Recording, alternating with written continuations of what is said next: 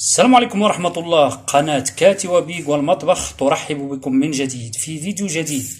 اليوم ان شاء الله غادي نديرو واحد العصير كيقولوا ليه عصير برودة او عصير بارد.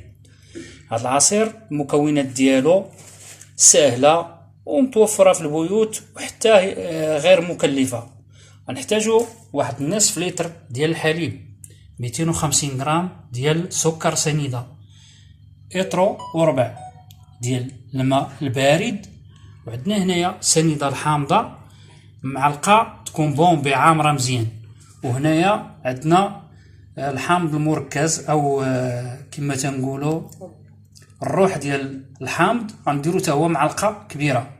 ان شاء الله دابا غندخلو باش نوجدوا هذا العصير ديالنا على بركة الله. في واحد الكاس ديال الخلاط الكهربائي غناخدو داك الماء ونقسموه على جوج، يعني غنديرو النصف ديال لتر وربع، نديرو النص ديالو في الخلاط الكهربائي، ونجيبو داك نصف لتر ديال الحليب نزيدو على هاد الماء كما تتشوفوا،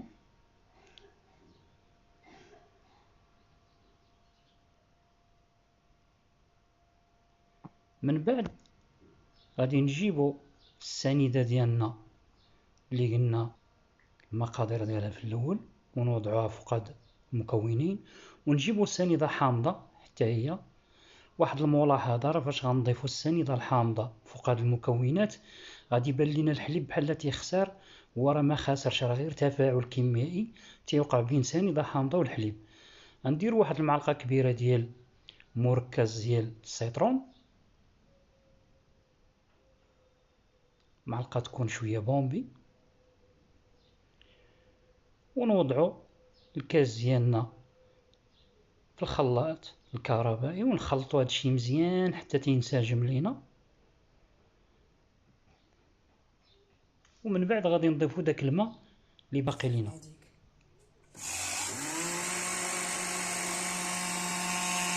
الخلاط الكهربائي هو خدام، العناصر هي كتنسجم. هي غنوقفو دابا، غنوقفو الخلاط الكهربائي. العصير ديالنا من بعد ما ضربناه في الطراب ضفنا عليه الماء اللي كان تبقى لينا، كما قلنا لكم في الاول الماء تتقسموه على جوج، النص تطحنوه مع المكونات اللي عندنا في العصير، والنص تخليوه حتى الاخر. من بعد ما تضربوا المكونات كامله تجيبوا داك النصف ديال الماء وتتخلطوا الجميع، تتخلطوا غير بواحد سباتيلا ولا عادي، ومن بعد تتوفروا على هذا العصير. واحد الملاحظه هنايا، راه فاش تضيفوا الحليب مع سنيدة الحامضة راه تيبان لكم الحليب بحال بغا يخسر، هو راه ما خاسرش، راه غير داك التفاعل ديال الحليب مع ديك السنيدة الحامضة تيبين لكم بحال خسر، هو راه ما خسرش. هانتوما كما تشوفوا العصير ديالنا راه جا روعه روعه، وما تقولوش راه حلو بزاف، بالعكس راه الحلاوه هي هذيك.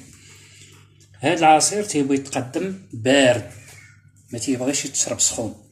وهذا العصير راه كما قلنا في الاول راه ديال المناسبات وديال الحفلات، وراه تيخدموا به بزاف التريتورات.